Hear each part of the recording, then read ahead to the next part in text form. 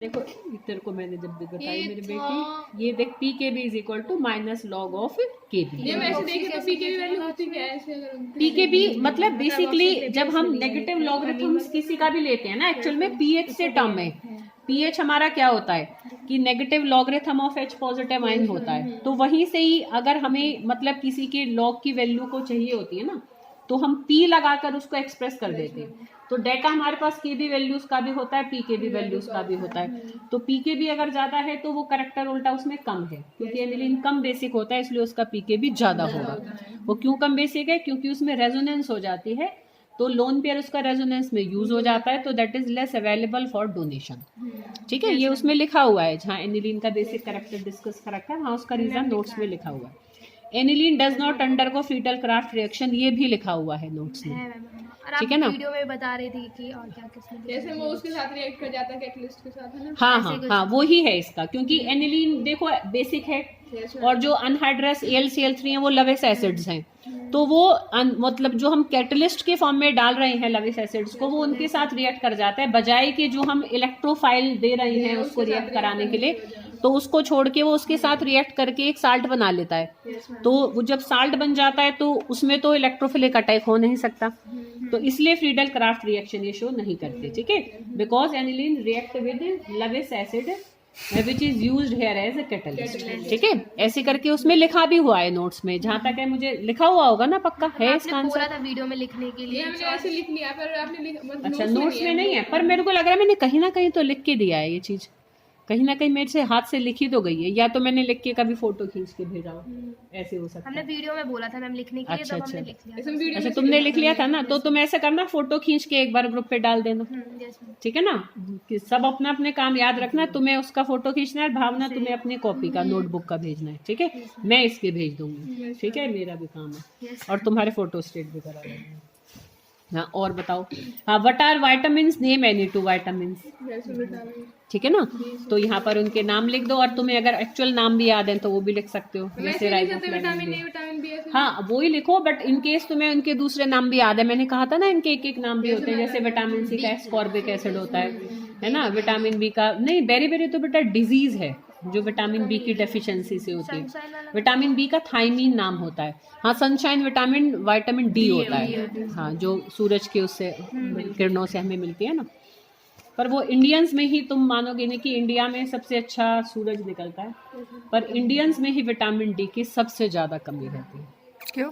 वो इसलिए रहती है क्योंकि विटामिन डी हमारी बॉडी सिर्फ जब ही बना सकती है जब सूरज की किरणें हमारे बॉडी पर डायरेक्ट पड़े, तब बॉडी विटामिन डी को सिंथेसाइज करती है। वो जैसे कि फोटोसिंथेसिस खाली सनलाइट से हो सकती है। अब तुम ऐसे समझो कि तुम पत्तों को कपड़े पहना दो तो नहीं होगी ना। तो जो इंडिया में ड्रेसिंग वो है, क्योंकि हमारा जो ड्रेसिंग सेंस है, अब हम तो अंग्रेजों की तरह नंगे तो लेटेंगे नहीं समुद्र में, जब वो रेत पे हो तो लौट जावे। जब उनके थोड़े टाइम के लिए धूप निकलती है, पर वो उसी टाइम में विटामिन डी का कंटेंट अपने बॉडी में कंप्लीट कर लेते हैं, वो तो जाके समुद्र के किनारे लौट जाते हैं, है ना, मेल भी फीमेल भी, तो वो विटामिन डी बना लेते हैं। और अब हम इंडियंस में ऐसे कोई लेट गया तो यहाँ तो तमाशा हो जाए, या तो और घूंघट भी हो रहा है, एक मुंह से ही, एक खाली मुंह से कितना विटामिन डी बनता, और वो भी घूंघट कटवा दें, और तो उनके तो मुंह पे भी ना बदले। तो हमारी मजबूरी है कि हमें उसको डाइट के थ्रू लेना पड़ेगा, तो एज टेबलेट लेना पड़ेगा। तो इसलिए अब या तो कोई बात नहीं, उनको भी पता लगना चाहिए ना। चलो, तो ये क्लियर। तो अब नेक्स्ट देखो बेटा, वाई आर Mn2 पॉजिटिव, ये भी हो गया था, है ना। Define the following terms, half life period और order of reaction. Half life period 0 order में भी करा रखा है, फर्स्ट ऑर्डर में भी, कोई भी लिख सकते हो। मेन डेफिनेशन तो क्या है कि the time in which half of the reactant get reacted. ठीक है, जब आधा रिएक्टेंट रिएक्ट कर जाए तो उस टाइम को हम हाफ लाइफ पीरियड कहते हैं। 0 ऑर्डर का अलग रिएक्शन है और फर्स्ट ऑर्डर का अलग है। देखो न्यूमेरिकल भी वैसे तो आसान है हमारा, ये 18 ग्राम ऑफ ग्लूकोज, ये चलो बाद में करेंगे, वैसे तो ये तुम्हारा उसी का ही है, एलिवेशन इन बॉइलिंग पॉइंट का है।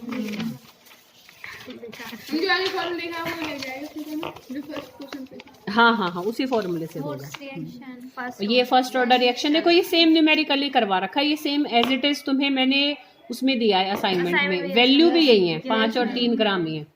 यही ऑर्डर ऑफ, यही इसका गैस कांस्टेंट है, ये रेट कांस्टेंट है। हाँ हाँ, अब जब आ रहा है तो हम इम्पोर्टेंट मानेंगे। State Faraday's first and second law of electrolysis, ये भी तुमने याद करके लिखा हुआ, बस तुम्हें अब रिवाइज करने हैं। राइट द फॉलोइंग रिएक्शन, तो वर्ड्स रिएक्शन हो गए, वुड्स चलो या सेंड में स्वार्ट्ज, ठीक है। What is lanthanide contraction? What are the consequences of lanthanide contraction? Why phenol is more acidic than alcohol? Explain. ये भी अभी तुमने टेस्ट में किया था। Describe a method for the identification of primary, secondary, tertiary amines. जल्दी जल्दी नाम बताओ, टेस्ट नाम बताओ। Hinsberg test. Also write chemical equations of the reaction involved. तो मैंने chemical reactions तुम्हें लिख के दे रखे हैं, पर मैंने कहा था कि अगर आ जाए तो बिना उसके भी लिख लो, पर अब जब पर्टिकुलर पूछ रहा है तब तुम्हें लिखना पड़ेगा, है ना, क्योंकि उसी पे नंबर मिलेंगे। What are facial and meridional isomers? ये भी तुम्हें उस दिन मैंने इन बच्चों को समझाया था, अब जो नहीं आए थे तो कहाँ है पायल, ठीक है। वैसे इनकी डेफिनेशन लिखी हुई है बेटा, मैं बता देती हूँ। जहाँ ज्योमेट्रिकल आइसोमेरिज्म खत्म है बिल्कुल लास्ट में, वहाँ डेफिनेशन लिखी हुई है फेशियल मेरिडोनियल, वहाँ से देख लेना, ठीक है। और फिगर भी बनी हुई है। Draw geometrical isomers of this, तो इसके भी देखो टाइप को पहचानना। ये देखो A2B4 टाइप है, ये तो और आसान है, फर्स्ट टाइप ही है।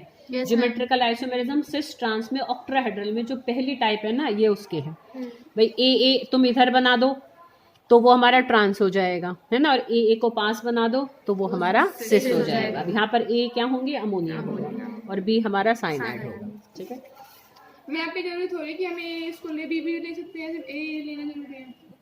नहीं, वो तुम टाइप को लिखना थोड़ा ना है, वो तो तुम्हें मैं पहचान करवा रही हूँ, क्योंकि मैंने नोट्स में तुम्हें A2B4 करके लिखा हुआ है ना, तुम उसको A4 B2 मान लो, उसमें क्या है, वो तो जस्ट हमने मतलब 2 एक जैसे 4 एक जैसे, उसका मतलब सेंस है। अब हम किसी को भी how will you bring about following convergence, तो बेंजोइक एसिड से देखो मेटा नाइट्रो बेंजाइल एल्कोहल, हाँ मिल जाएगा, ये होगा वैसे कहीं ना कहीं, पर ये हो जाता है, मिल रहा है, यही वाला है। वैसे ही सारे पिछले साल के क्वेश्चन पेपर्स में से ही है ये सारा, इसलिए सारा का सारा इसके में है ये पेपर, पूरा दोनों पेपर इसके में है, ये यूनिट वाइज अगर हम देखते हैं तो ये वाला है। ये तो मैं करूँ इसको, है ना, बेंजो, हाँ यही तो है बेंजाइल वाला, कि इसमें देखो पहले हम नाइट्रेशन कर देंगे तो ये बन जाएगा, फिर हम इसकी रिडक्शन कर देंगे, ठीक है ना। तो रिडक्शन करने से एसिड हमारा अल्कोहल में चेंज हो जाता है ना, देखो अल्कोहल की ऑक्सीडेशन करते हैं तो पहले एल्डिहाइड और फिर एसिड बन जाते हैं, और अगर हम एसिड का रिडक्शन करते हैं तो हमें अल्कोहल मिल जाते हैं, ठीक है ना। तो इसको यहाँ से कर लेना, फिर इसकी फोटो भेज देना है। तो वैसे सबने सुन ही लिया है, और खुशी को दिखा दो, ले खुशी देख ले रहे, हंसेगी खुशी से देख के। चलो तो ठीक है बेटा, कर लोगे ना सारे, और जिनके पास इसकी ने कोई दिक्कत हो तो बताओ, फोटो भिजवाओ इसका, अभी बता दो, है ना, भेज देगी भावना, ठीक है, ध्यान रखिए, शाबाश। हाँ, अब कौन सा है, बेंजल्डिहाइड टू बेंज, ये तो पीछे में भी था सेम है, और बेंजोइक एसिड टू बेंजामाइड हमारा, ये तो सीधा उसका अमोनोलाइसिस कर दो तुम बेंजोइक एसिड की, उससे अमाइड ही तो बन रहा है हमारा, अमोनिया डाल देंगे तो बन जाएगा। ये तो जो अमोनोलाइसिस कराए थे ना तुमने, आर से किया है, उस आर को बेंजीन बना देना, उसी से हो जाएगा। Describe the following terms, aldol condensation, decarboxylation, ठीक है। तो डीकार्बोक्सिलेशन एसिड्स की प्रिपरेशन में मिल जाएगा तुम्हें, जो कार्बोक्सिलिक एसिड्स की प्रिपरेशन है। कंप्लीट द फॉलोइंग रिएक्शन, देखो ये पहला पहचान सकते हो, इसमें हमारा एल्डिहाइड बनता है, ठीक है। ऐसे ही HCN की है ये, तो सीधा साइनोहाइड्रेंस बन जाएंगे। और ये कौन सा रिएक्शन है, तीसरा पहचानो, हाँ केनिज़ारो रिएक्शन, ठीक है। Draw Nernst equation for EMF of cell, derive, हाँ तो ये मैंने तुम्हें कहा था कि नर्स्ट इक्वेशन हमने उसमें नोट्स में, वैसे नर्स्ट इक्वेशन का वैसे कोई डेरिवेशन है नहीं कि जो एक्चुअल नर्स्ट इक्वेशन है, पर क्योंकि EMF ऑफ सेल को हम ऐसे डिराइव कर लेते हैं कि जैसे रिडक्शन हाफ सेल की लिख दी, फिर ऑक्सीडेशन हाफ सेल की लिख दी, फिर हमने कैथोड में से एनोड की घटाकर और फिर ऐसे ऐसी पूरी बना लेते हैं, मतलब वो इस तरीके से डेरिवेशन है। बुक्स में भी ऐसे है, गूगल पर भी ऐसे ही है, मैंने एक बार और कंफर्म कर लिया था, पर मैं तुम्हें लिखकर बना के मैं फोटो खींच के भेज दूंगी, ठीक है। और एक उसका भी भेजना है जो HCN की जो एडिशन होती है उसका मैकेनिज्म का, है ना, वो पीछे वाले सेट में था, वो दोनों मैं तुम्हें भेज दूंगी। अच्छा, अब देखो बेटा अगला कौन सा है, calculate standard cell potential for the following cell reaction, एकदम आसान है। देखो बेटा रिएक्शन दे रखा है, वैसे भी तुम्हें पता लग जाएगा।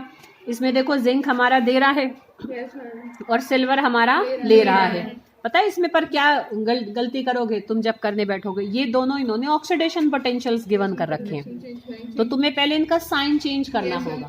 ये ध्यान रखोगे, इनका साइन चेंज करके इनको पहले रिडक्शन पोटेंशियल बनाओगे, फिर कैथोड में से हम एनोड को घटाएंगे। कैथोड सिल्वर है और जिंक हमारा, ये हो जाएगा देने वाला, तो ये लेने वाला हो जाएगा। नहीं यहाँ से भी हमें समझ में आ रहा है, देखो ये दे रहा है रिएक्शन से भी, और सिल्वर आयन दे रहा है ना, तो यहाँ से भी हम देख सकते हैं कि ये Ag पॉजिटिव हमारा कैथोड है और जिंक हमारा एनोड है। नहीं तो तुम जब साइन को चेंज कर दोगे तो ये माइनस और प्लस हो जाएगा। तो हायर वैल्यू वाला कैथोड होता है, ध्यान करो मैंने बताया था, लोअर वैल्यू वाला हमारा एनोड होता है। तो कैथोड में से एनोड को घटाकर निकाल लेंगे। If A current of 0.5 amperes flow through a metallic wire, ऐसा भी मैंने तुम्हें करवा रखा है, ये तुम्हारा फर्स्ट लॉ ऑफ थर्मोडायनेमिक्स को यूज करके है ना। और फिर भी मैं कोई बात नहीं, मैं भी करवा दूंगी, जब न्यूमेरिकल्स कराऊंगे ना तब करवा दूंगी मैं इसको। इसमें तुम्हारा वो वाला फॉर्मूला लग जाता है, वो I/T वाला है ना, Q = I/T, कि कितनी क्वांटिटी ऑफ इलेक्ट्रिसिटी हम करंट इनटू टाइम कर देते हैं। तो ये करंट दे रखा है, ये टाइम दे रखा है, ठीक है। फिर हम रिएक्शन बनाकर और फिर कर लेते हैं। नहीं इसमें तो कोई हम रिएक्शन बना ही नहीं सकते ना, तो फिर ये सीधा ही होएगा। देखो क्वांटिटी ऑफ इलेक्ट्रिसिटी आ जाएगी, वो आ जाएगी कूलम्स में। Then how many electrons would have flown through the wire, इसमें नंबर ऑफ इलेक्ट्रॉन्स निकालने हमें, तो हम इसको फिर चेंज करना पड़ेगा बेटा हमें इसको फिर फेराडे में। तो फिर फेराडे 96500 से डिवाइड करके n की वैल्यू आएगी, क्योंकि देखो Q = NF होता है और Q = IT होता है। अब I हमें दे रखा है यहाँ एम्पियर, टाइम इसको हम सेकंड में चेंज कर लेंगे, 2R को 2 × 60 × 60 करते हैं तो Q आ जाएगा। फिर Q आ जाएगा, फेराडे हमें पता है 96500 होता है, तो Q को F से डिवाइड करोगे तो N की वैल्यू आएगी कि ये इसमें एक्स्ट्रा है कि कितने नंबर ऑफ इलेक्ट्रॉन्स हमारे वायर में फ्लो कर रहे हैं, ठीक है। तो ऐसे निकालिए। Name any 2 test to distinguish alcohol from phenol, ये तो उसी सेट का ही दे रखा है, दो ही बता दिए थे। Why para nitrophenol is more acidic than phenol, बताओ। पैरा वाला फिनॉल हिंदी नहीं पूछ रही। Why para nitrophenol is more acidic than, हाँ बस ये ही है इसका आंसर, ठीक है ना।